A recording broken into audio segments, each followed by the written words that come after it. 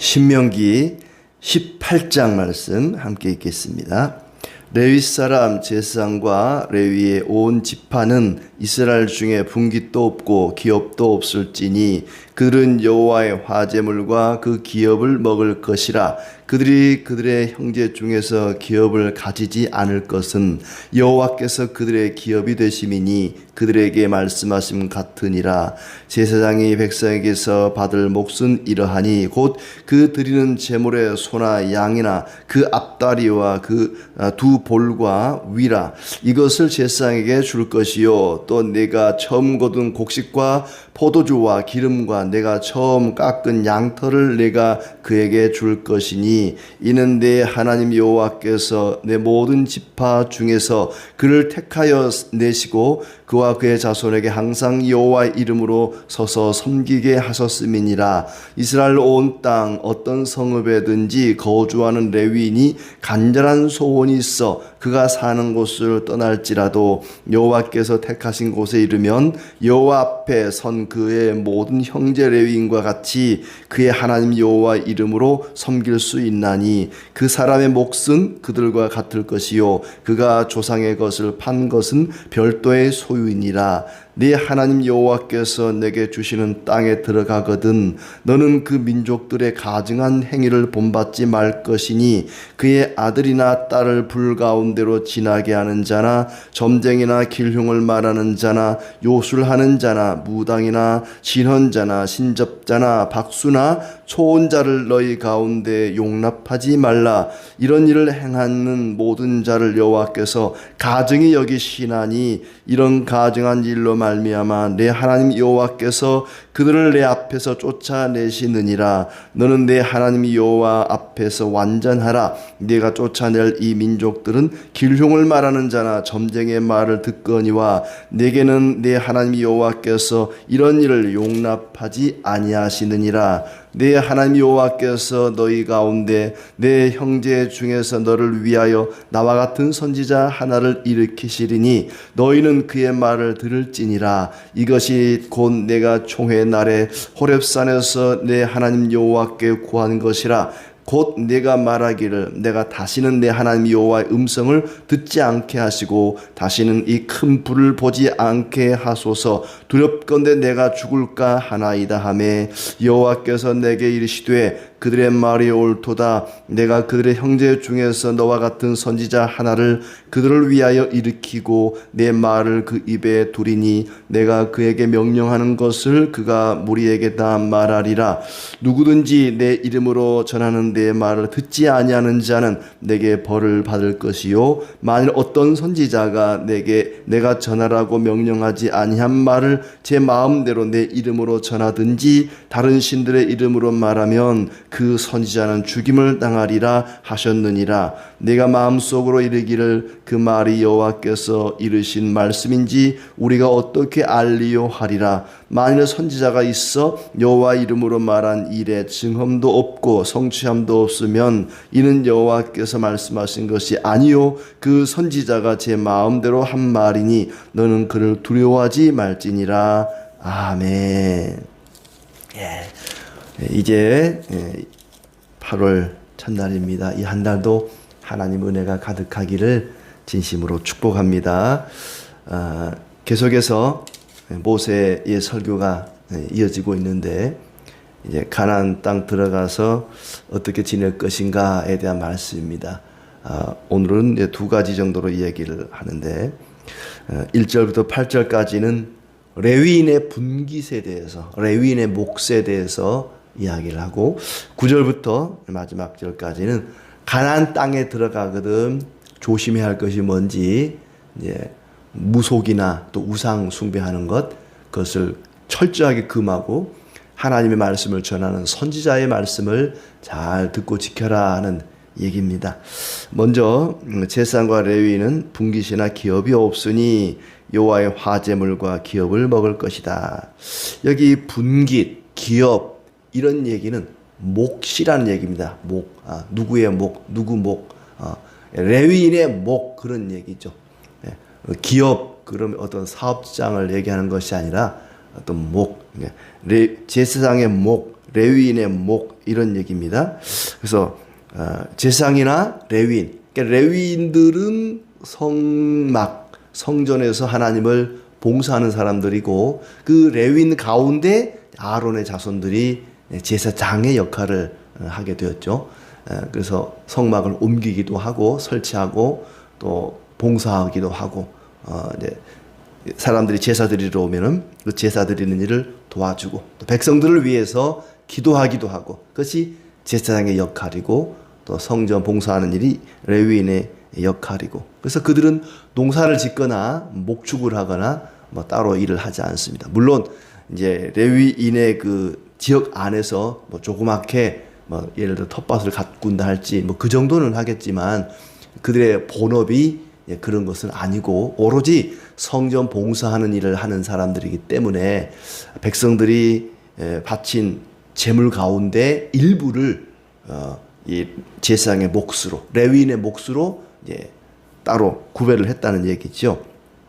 그래서 이제 제사장이나 레위인은 분깃이나 기업이 없기 때문에 여호와의 화제물 가운데 화제로 드렸던 제물 가운데 그들의 몫을 먹을 것이다. 여호와가 그들의 기업이기 때문에 기업이 없다.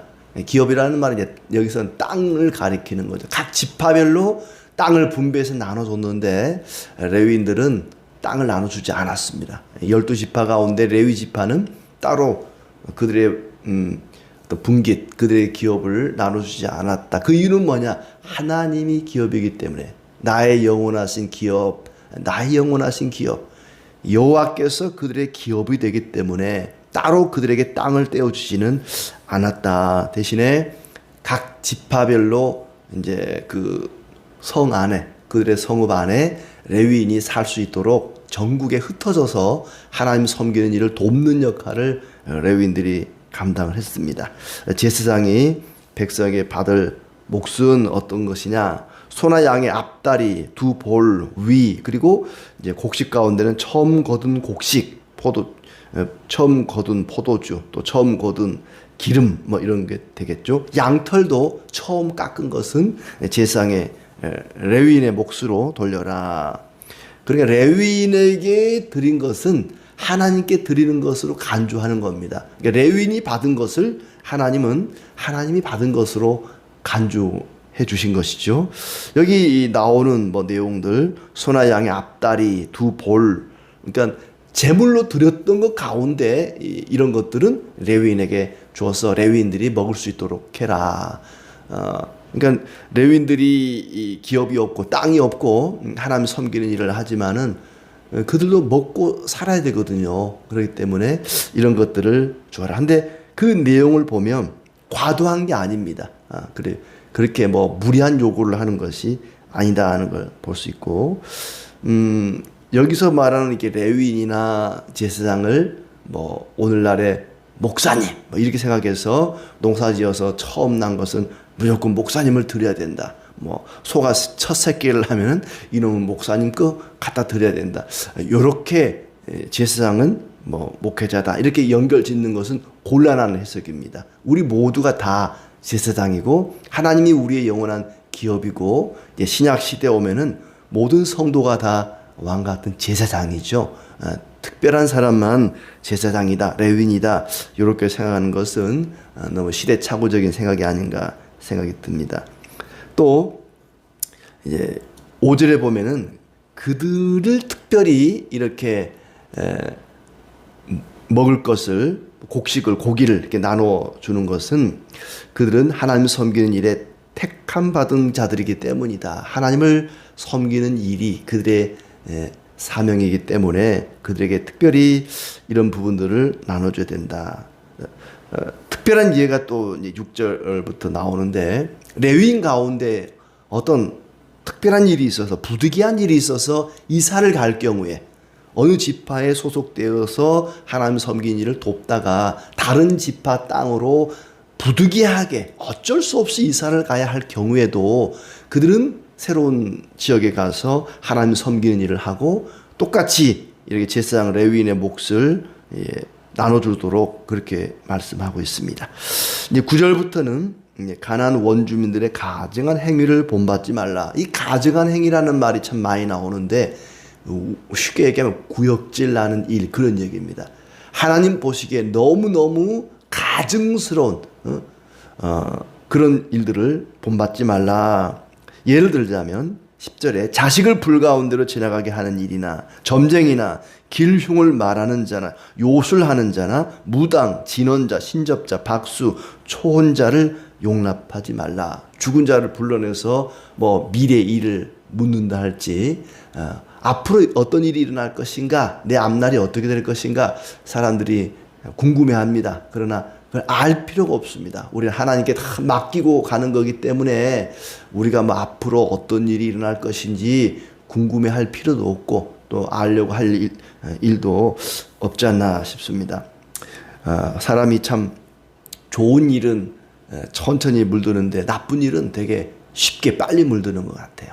가나안 땅에 들어가더라도 하나님이 가증하게 여기는 그런 일에 대해서는 용납하지 마라. 여호와 앞에 완전하라 그렇습니다. 야고보 사도는 참된 경건은 새 속에 물들지 않는 것이다 그렇습니다. 세상 속에 살지만 새 속에 물들지 않는, 가나안 땅에 들어가지만 그들의 가증스러운 일을 용납하지 말고 본받지 말라 하는 말씀이죠. 15절에 보면 하나님께서 너를 위하여 나와 같은 선지자 하나를 일으키리니 그의 말을 들을지니라.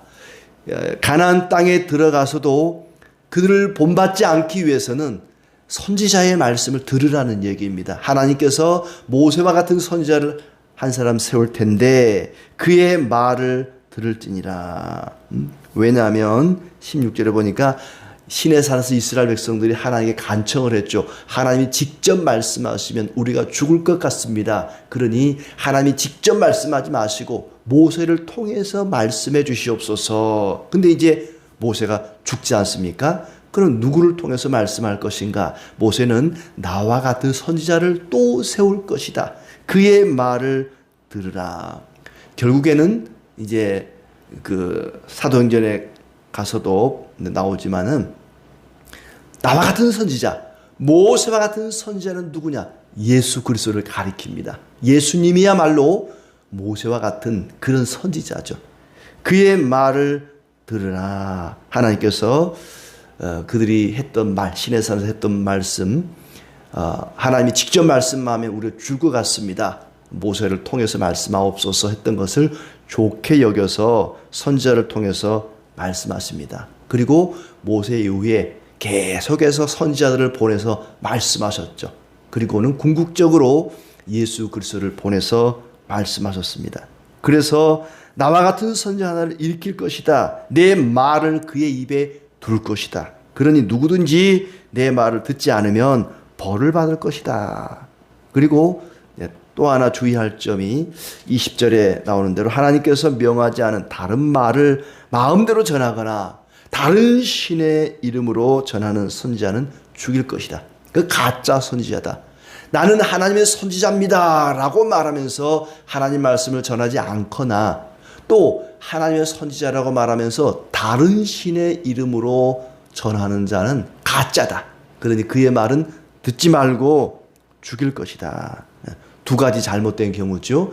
하나님의 선지자라 그러면서 하나님 말씀을 전하지 않거나 다른 말을 전하거나 또는 하나님 선지자라 그러면서 다른 신의 이름으로 말하는 자는 가짜다. 자, 그 가짜와 진짜를 어떻게 하느냐? 이 사람이 전하는 말씀이 진짜 하나님 말씀인지 가짜 말씀인지 어떻게 구별하느냐? 22절 마지막 절에 여호와 이름으로 말한 일에 증험도 없고 성취함도 없으면 이는 하나님께서 말씀하신 것이 아니다. 증거가 있어야 된다. 이 증거라는 게 뭐냐?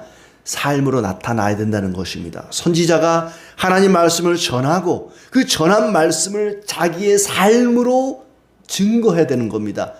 자기는 그렇게 살지 않으면서 그렇게 살라고 말하는 것은 가짜라는 거죠. 바리새인 서기관들이 그랬습니다. 자기들은 지키지도 못할 것을 이래라 저래라 이게 여호와의 말씀이다. 그건 다 가짜 선지자라는 얘기죠. 자기가 전한 말씀을 자기의 삶으로 사는 사람이 진짜 선지자다. 말씀을 전하면서도 자기의 삶으로 증거하지 않은 사람은 그것은 가짜라는 얘기입니다. 자, 하나님께서 레위인과 선지자를 통해서 일하십니다. 우리가 바로 하나님의 사람들, 제사장들이고 또 선지자들이죠. 하나님 말씀을 전하는, 복음을 전하는 사람들이고 또 이 세상을 이웃들을 위해서 기도하는 사람들입니다. 그러니 선지자나 제사장은 다른 사람이 아니라 바로 예수 그리스도를 믿고 따르는 사람들이 바로 선지자고 제사장 역할을 하는 사람들이죠. 하나님께서 직접 말씀하지 않은 것은 하나님이 우리를 향하신 인내와 사랑을 표현하는 것입니다. 만약에 하나님이 직접 나타나셔서 말씀하시고 전도하시고 뭔가를 행하신다면 우리는 다 살아남을 수가 없을 것입니다. 하나님께서 특별히 우리를 배려하사 일꾼들을 통해서 일하시고 선지자를 통해서 말씀을 전하시는 것입니다. 모세와 같은 선지자를 보내겠다. 결국에는 참 선지자이신 예수 그리스도를 이 땅에 보내셔서 말씀이신 그분이 이 땅에 오셔서 하나님의 뜻을 나타내 주셨습니다. 사람은 자기가 듣는 말씀으로 그 마음을 채웁니다. 어떤 것을 듣느냐에 따라 그 사람의 마음이 그 듣는 것으로 채워지죠. 뭐 하루 종일 뉴스만 본다. 그럼 뉴스로 그 사람 마음이 채워질 겁니다. 하루 종일 드라마만 본다. 드라마로 그 사람 마음이 채워질 거예요. 하루 종일 어떤 스포츠에 관심을 갖는 사람은 그것으로 마음이 채워질 것입니다. 하나님의 말씀으로 채우라. 새 속에 물들지 않기 위해서는 하나님의 말씀으로 우리의 심령을 채워야 한다는 것입니다. 탐욕과 우상으로부터 벗어나는 길도 마찬가지입니다. 이스라엘 백성들이 가나안 땅에 들어가서 그 땅 원주민들이 섬기는 우상이나 그런 탐욕에 물들지 않기 위해서는 모세와 같은 선지자의 말씀을 들으라는 겁니다. 그 말씀을 듣고 그 마음을 채우는 자는 우상과 탐욕으로부터 이겨낼 수 있을 것입니다. 하나님이 보내신 선지자의 말을 들으라. 그것이 우상을 이겨낼 수 있는 방법입니다. 자기의 탐욕에 눈이 먼 사람들은 자기 소원만 빕니다. 하나님 말씀을 들으려고 하지 않습니다. 내가 원하는 것, 내가 바라는 것, 내가 하고 싶은 말만 실컷 늘어놓고 그냥 돌아갑니다. 그러나 우리 기독교는 하나님의 말씀을 통해서 하나님의 뜻을 듣고 자기의 탐욕을 내려놓는 종교입니다. 내 말만 실컷 떠들어대고, 우상은 그렇죠. 우상 앞에 가가지고 우상이 뭐라고 말하나 우상의 말을 들으려고 하지 않습니다. 우상 앞에 가는 사람은 자기 하고 싶은 말만 실컷 하고 자기 소원만 빌고 돌아옵니다. 그러나 우리 종교는 그렇지 않아요. 우리가 새벽에 교회 나와서 기도를 하더라도 새벽 기도회지만 내가 하고 싶은 말만 하고 돌아가지 않습니다. 먼저 내가 기도하는 시간보다 더 많은 시간을 하나님 말씀을 듣는 일을 하지 않습니까? 하나님 말씀을 듣고 그 말씀을 통해 깨달은 하나님의 뜻에 따라서 기도를 하는 것입니다. 아하, 하나님이 오늘 이렇게 말씀하셨으니 나는 이렇게 기도해야 되겠구나. 말씀을 듣고 하나님의 뜻에 따라서 하나님의 뜻에 어긋나지 않도록 기도를 하는 것이죠. 우상은 그렇지 않습니다. 내가 하고 싶은 말, 내가 빌고 싶은 소원만 빌고 끝 돌아가는 것입니다. 우상이 그 신이 뭐라고 말하는지에 대해서는 관심이 없습니다. 그러나 우리가 하는 기도, 우리가 예배를 드리는 것, 내 소원만 이야기하고 내가 원하는 것만 떠들다가 돌아가지 않습니다. 하나님의 말씀을 듣고 그 말씀을 통해 하나님의 뜻을 깨닫고 그 뜻에 합당하게 기도를 하는 것이죠. 그렇게 우리는 말씀을 들으면서 하나님을 경외하고 우리의 마음을 하나님께 아뢰이며 기도를 합니다. 하나님의 말씀으로 우리의 마음을 충만하게 채우고 우리 마음속에는 온갖 우상과 탐욕을 버리고 하나님의 뜻에 맞는 그런 기도를 통해 하나님께 영광 돌리는 우리의 삶이 되기를 진심으로 기원합니다.